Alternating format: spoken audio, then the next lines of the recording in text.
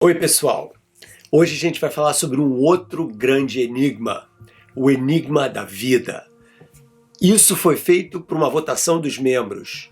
E eu achei estranho, porque o outro tema, também acharam um tema interessante para vocês, que era a questão de será que a espiritualidade é uma religião? Mas o que me pareceu bacana é que vocês escolheram o mistério da vida, que é uma continuidade do mistério da criação. Então eu achei ótima essa escolha de vocês. Então vamos lá. Primeiro, lembrem-se que mistérios são essenciais para a ciência, né? Nós precisamos de mistério. A ciência se nutre do desconhecido. Por isso que eu sempre gosto de falar que a ciência é um flerte com o desconhecido, né? Então tem uma coisa assim de querer se aproximar daquilo que a gente não conhece, que é justamente o que a gente tenta fazer com a ciência. Então, dos grandes enigmas, eu sempre falo das três grandes questões: o universo, a vida, a mente. A origem da vida e o mistério da vida talvez seja aquele que a gente tenha a melhor chance de resolver, pelo menos nas próximas décadas. Mas mesmo assim, como vocês vão ver, existem certos aspectos que não são resolvíveis dentro do processo que a gente chama de método científico, ok? Então, primeiro, a gente não sabe como definir vida, a gente não sabe o que a vida é, e a gente também não sabe como a vida se originou aqui na Terra. Então vamos por partes, e eu vou então começar falando do que a gente sabe sobre a vida. A vida tem duas coisas fundamentais. Todos os seres vivos têm alguma forma de metabolismo. O que quer dizer isso? Todo ser vivo precisa comer alguma coisa, precisa se alimentar, precisa ter uma energia que entra, que depois é usada para que o organismo possa funcionar. E o que não é usado é então eliminado para o meio ambiente. A gente sabe muito bem disso, né? A gente come. Por que a gente come? A gente come porque a gente precisa ter energia para poder fazer com que o nosso corpo funcione, para que ele se repare quando existe algum problema que precisa ser reparado, consertado, né? Então você tem que ter um conserto das células quando você tem um corte, por exemplo. A gente precisa pensar, a gente precisa respirar, a gente está fazendo um monte de coisas que a gente não está nem pensando sobre, né? São todos dentro de uma, vamos dizer assim, de um sistema mental automatizado, em que a gente não está pensando, meu coração está batendo, mas eu não estou pensando que meu coração tem que bater. Então, todos esses processos metabólicos dos seres vivos são absolutamente fundamentais para que o ser vivo viva. E para que o ser vivo vive? Para se reproduzir.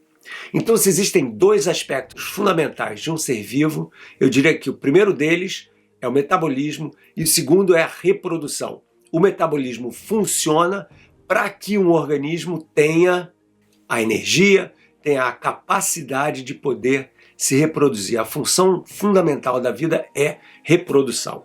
É claro que existem seres vivos que estão vivos além do processo reprodutivo. Então, por exemplo, uma senhora idosa não vai mais ter filhos, mas ela continua viva, né? Então não é que seja só isso, a vida é muito mais complexa, tem muitos mais detalhes do que apenas essas duas características, metabolismo e reprodução, mas não há dúvida de que essas são as duas mais importantes. Então, por que todo ser vivo tem metabolismo e reprodução? Porque a capacidade, a função essencial da vida é se multiplicar. Ok? Então você fala, ok, e como que a gente pode então definir a vida? Bem, não existe, isso é uma coisa incrível, pessoal, não existe uma definição de vida que é aceita pela comunidade científica como um todo. Olha que loucura isso. Mas quando a NASA se propõe a buscar por vida em algum outro mundo, Marte, ou Titã, ou Encelado, sei lá, em algum outro mundo, eles usam o que eles chamam de uma definição operacional de vida. A vida é um conjunto de reações químicas, autossustentável e que é capaz de se reproduzir segundo o processo de seleção natural do Darwin.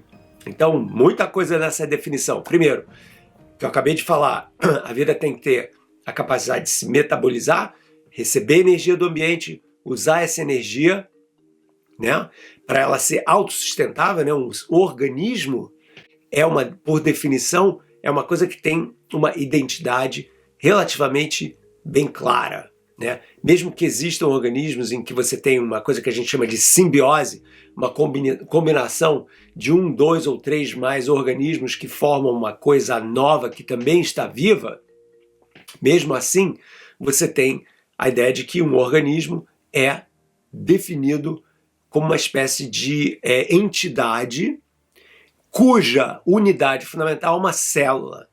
Existem vários seres vivos que têm apenas uma célula, né? São seres unicelulares. Tem os vírus que complicam tudo isso, né? Porque o vírus ele nem está vivo nem não está vivo. O vírus quando o vírus está fora de uma conexão com o organismo, ele é um cristal de material genético, essencialmente.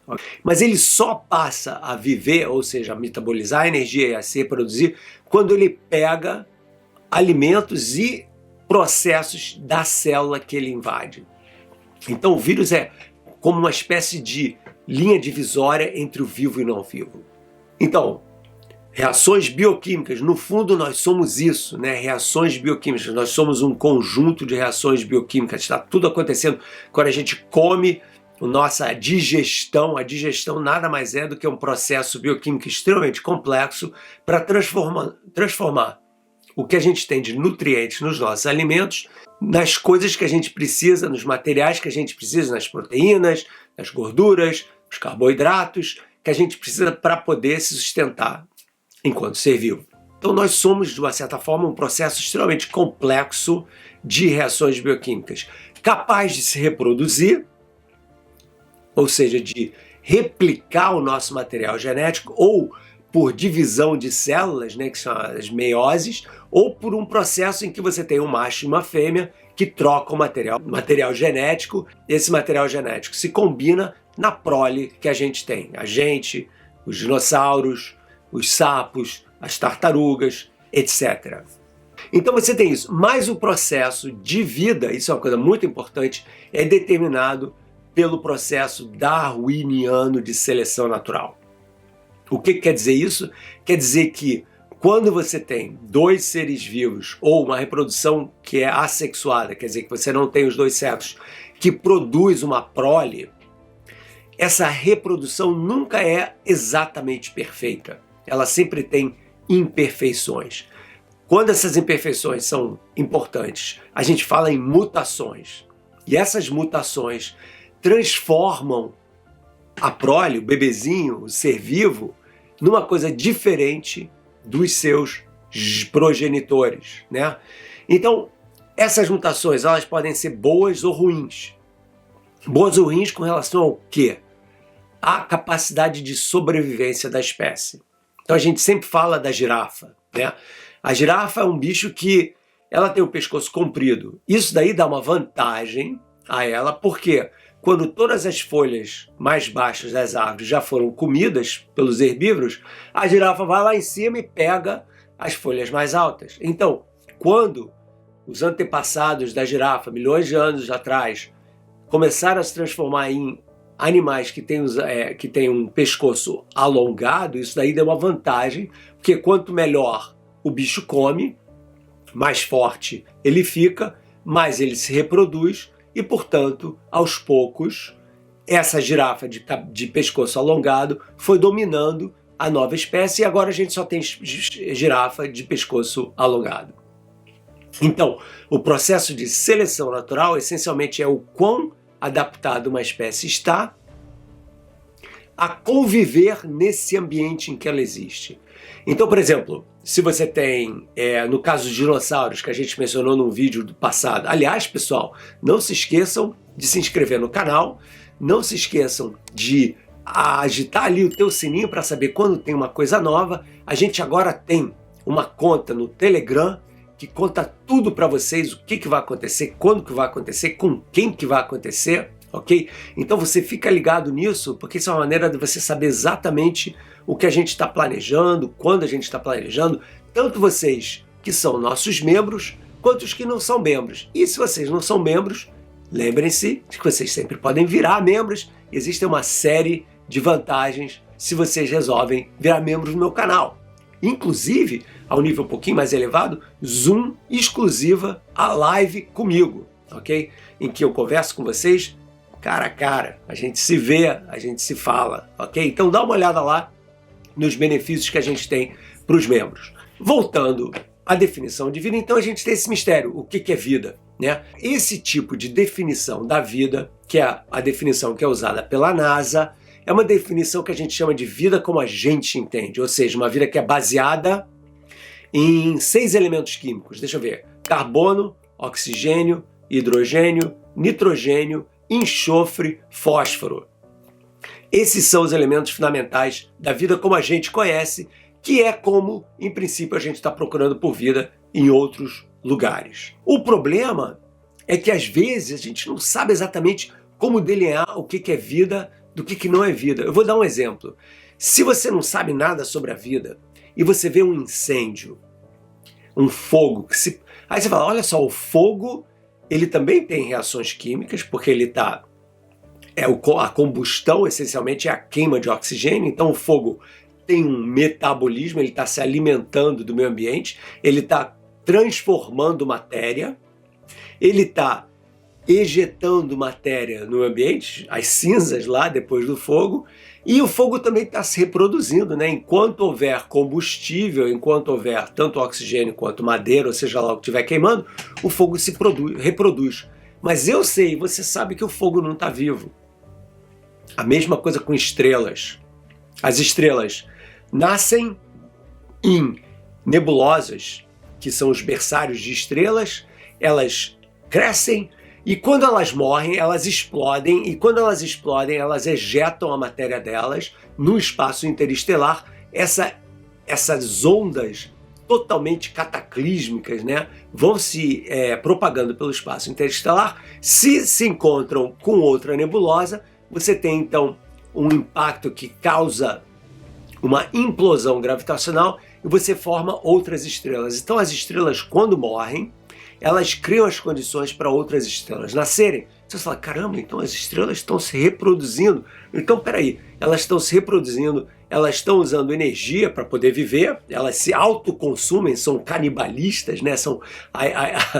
A estrela é uma espécie de entidade canibal, ela se canibaliza para poder sobreviver, ela come as próprias entranhas, transformando hidrogênio em hélio, e no final da história ela explode e os seus restos então vão fazer parte de novas estrelas. Então você tem um processo de reprodução. Mas eu sei e você sabe que as estrelas não estão vivas. Então, o que distingue uma bactéria de uma estrela ou do fogo? E o que distingue é aquela vontade de viver. Um ser vivo quer continuar vivo. Então vai desenvolver todo um processo, uma espécie de meio de poder fazer isso, né? Então, por exemplo, uma bactéria tem o que a gente chama de quemotaxi, ou seja, ela se movimenta na direção onde existem nutrientes para essa bactéria.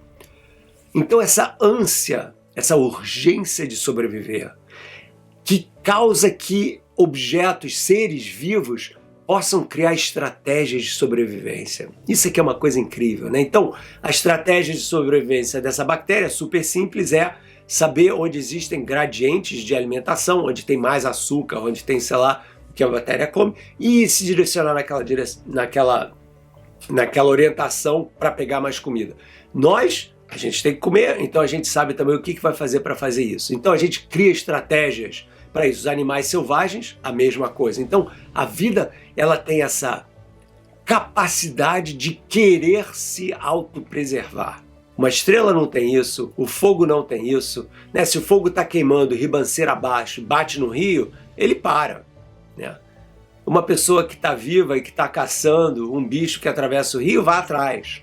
Então essa estratégia é absolutamente fundamental. Então tem gente que diz que definir vida não é uma boa ideia, porque você pode limitar. Uma definição limita né? Coloca aquilo dentro daquela caixa ali, o que existe fora da caixa que a gente não conhece, então escapa essa definição e de repente pode existir formas de vida no universo que escapam ao tipo de vida que a gente conhece aqui na Terra e que, portanto, a gente tem que tentar encontrar outras maneiras de definir. E o que a gente sabe da vida? Esse é um outro problema, né, moçada? O que a gente sabe da vida é o que aconteceu aqui na Terra, né? Porque é o único exemplo que a gente tem, né? A gente tem um exemplo de vida, pessoal. Infelizmente, a moçada que adora ET, visita de extraterrestres, nós cientistas não temos a menor evidência de que a gente teve alguma visita de um extraterrestre ou que exista algum tipo de vida fora da Terra. É possível que exista? Sim, a gente vai falar sobre isso daqui a pouco, mas a gente não sabe ainda que tipo de vida seria esse e como encontrar esse tipo de vida, ok? Então, a gente está meio preso. Então, o que a gente fala? A gente fala da vida na Terra. 3 perguntas. Quando a vida surgiu? Onde a vida surgiu? E como a vida surgiu? Quando a vida surgiu, a gente meio que sabe. A Terra tem 4 bilhões e meio de anos e 3 bilhões e meio de anos atrás, pelo menos, já tinha vida. Então, isso é muito interessante. Por quê? Porque entre 4 bilhões e meio de anos e 3,9 bilhões de anos, os primeiros 600 milhões de anos de vida na Terra, era o maior caos aqui. Houve vários bombardeios, caía cometa, caía asteroide, era um caos total no início da existência do nosso planeta. Então, se houve algum tipo de vida, foi esterilizado na hora. Mas depois de 600 milhões de anos, as coisas meio que se acalmaram e quando você começa a pensar em termos de tempo, se a vida surgiu 3 bilhões e meio de anos atrás, são só 400 milhões só. 400 milhões de anos para que a vida aparecesse. O que diz o seguinte, de repente a vida pode ser mais comum do que a gente imagina no universo, se a Terra é um bom exemplo para como a vida pode surgir em outros lugares, né? Então, quando a gente meio que sabe, talvez, tem gente que argumenta que a vida surgiu há 3,8 bilhões de anos atrás, quase depois que as coisas se acalmaram, mas a gente não tem uma confirmação concreta disso. O Darwin falava numa poça onde existiam os sais necessários, né? Quer dizer, esses elementos químicos que eu mencionei e tal, e que de repente, de alguma forma, essas reações químicas começaram a ficar cada vez mais complexas. Essa passagem da não-vida para a vida tem um nome chamado abiogênese. É um dos maiores mistérios, como que esses elementos químicos inorgânicos se transformaram nos primeiros aminoácidos. Isso a gente até sabe um pouquinho sobre devido a várias experiências que foram feitas ainda na década de 50. Esses aminoácidos se organizaram em proteínas e eventualmente foram ficando cada vez mais complicados até que a gente chegasse numa coisa que, de repente, isso também é uma teoria, que numa gota de gordura, essas reações químicas foram acontecendo cada vez mais. Por que uma gota de gordura? Porque isso daí cria uma barreira entre o que está acontecendo dentro da gota de gordura e o líquido, a água que está do lado de fora. A célula nada mais é do que isso, um invólucro, uma espécie de saco, onde dentro dele tem um monte de reações químicas acontecendo com uma membrana que é parcialmente permeável, de forma que alimentos possam entrar e sair dessa membrana celular.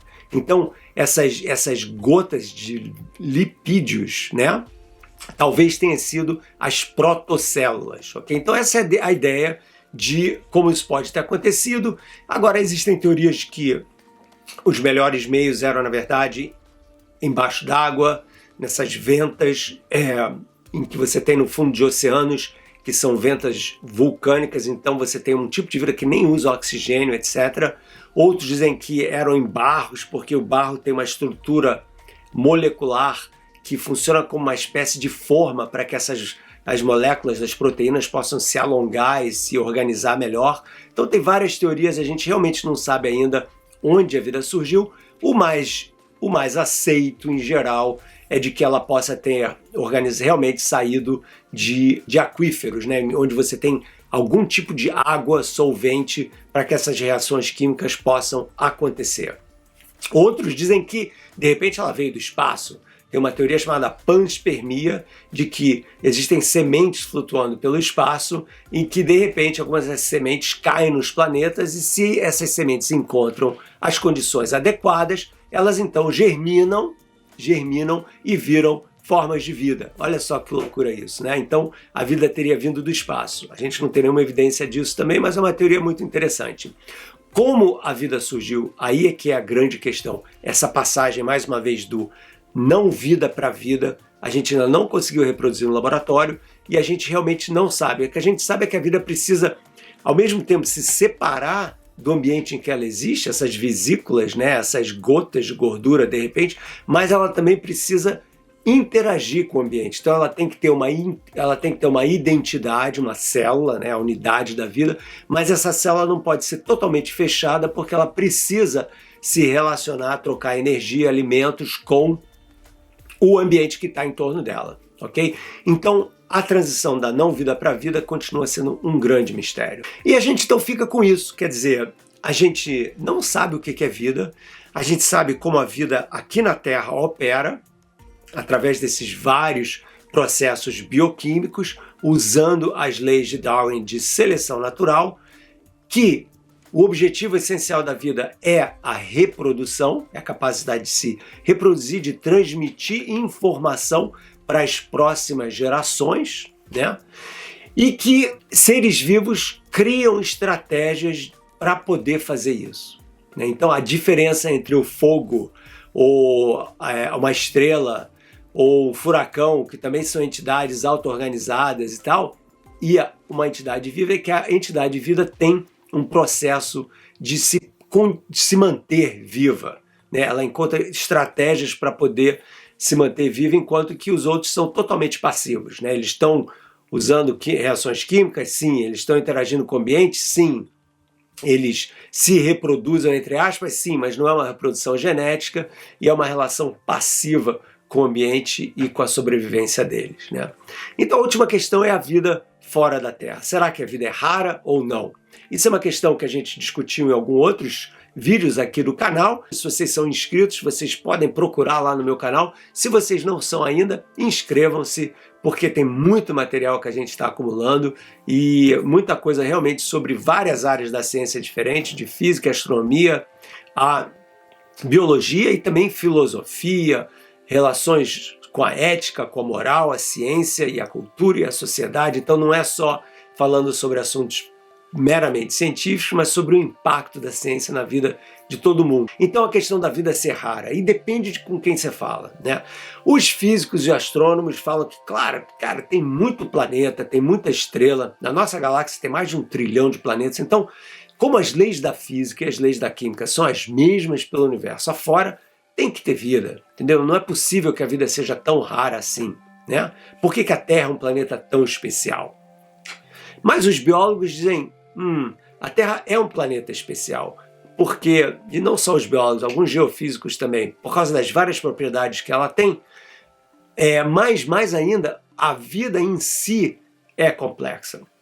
Os pulos que a vida teve que dar para ir da não vida para a vida são muito complexos, né? E é uma coisa que eu vou voltar num outro vídeo só sobre isso, falando desses vários pulos, mas você tem que ir da não vida para alguma espécie de protocélula. Essa protocélula tem que se organizar, tem que se proteger, tem que se reproduzir, e daí você vai para células mais complexas, chamadas eucariotas, e aí você tem uma relação profunda entre a vida, as formas de vida e o planeta em que essa vida existe. Então a vida não só recebe os nutrientes do planeta e depende da atmosfera do planeta, mas ela devolve. Existe uma relação ativa entre a vida e o planeta. Se a gente está vendo isso agora, obviamente, com o aquecimento global, que é uma coisa que nós, que somos uma forma de vida, estamos impondo no planeta, né? Então existe essa relação direta entre como a vida evolui no planeta e como o planeta evolui.